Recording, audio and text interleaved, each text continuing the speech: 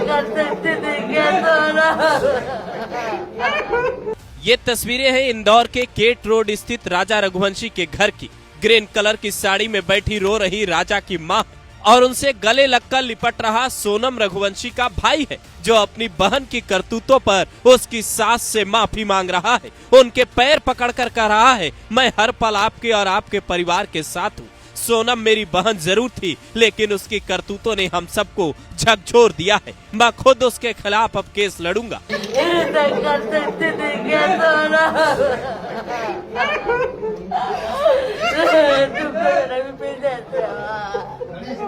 इतना बड़ा कदम उठा लेंगे, इसके मन में कुछ था तो भैया अपन को बता देते, अपन इसका हल कर लेते।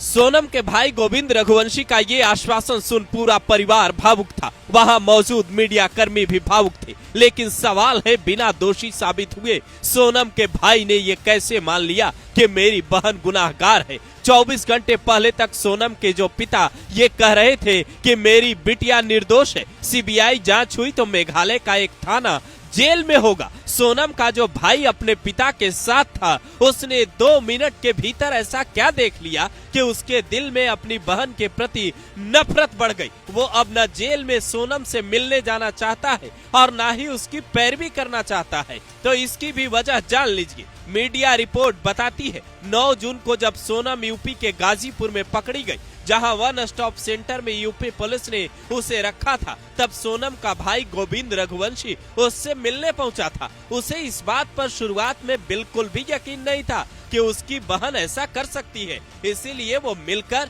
एक बार तसल्ली से पूरे मामले को समझना चाहता था। वो जानना चाहता था कि कहीं सोनम को इस पूरे खेल में किसी ने फंसाया तो नहीं, क्योंकि सोनम से मिलने की इजाजत किसी को नहीं थी। इसीलिए उसके भाई को भी सिर्फ 2 मिनट का वक्त उससे मिलने के लिए मिलता है और इसी 120 सेकंड में गोविंद ने वो काम कर दिया जिसे साबित करने में पुलिस को एक लंबा वक्त लग जाता।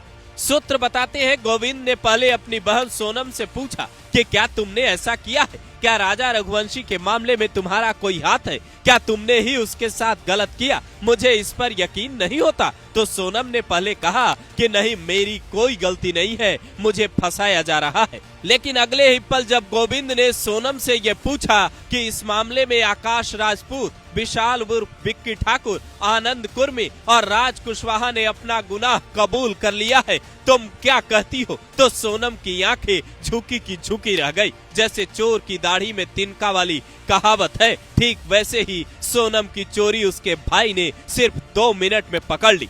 और जब खुद वो निश्चिंत हो गया कि उसकी बहन इस खेल में शामिल है, तो सोनम का भाई मीडिया के सामने आकर ये भी कहता है कि उसी ने ये काम कराया और करवाया गया है। अच्छा, और सोनम के साथ जो बाकी लोगों के नाम है वो सब कंफर्म हो गए? हाँ, वो एक्चुअली सब नाम राज कुशवाहा से रिलेटेड है, इसलिए मुझे कंफर्म है कि वो सही है। इस परिवार ने एक बेटा खोया है और जो मैंने लड़की दी थी, उस लड़की की जगह पे मैं इस परिवार का हिस्सा हूँ, उससे रिश्ता हमने तोड़ दिया है और इस परिवार का हिस्सा मैं हूँ। सोनम दोषी है तो उसको है ना डायरेक्टली फांसी पे चढ़ा दिया जाए, क्योंकि जिस हिसाब से उसने ये जो प्रोग्राम जमाया है, जो भी करा है।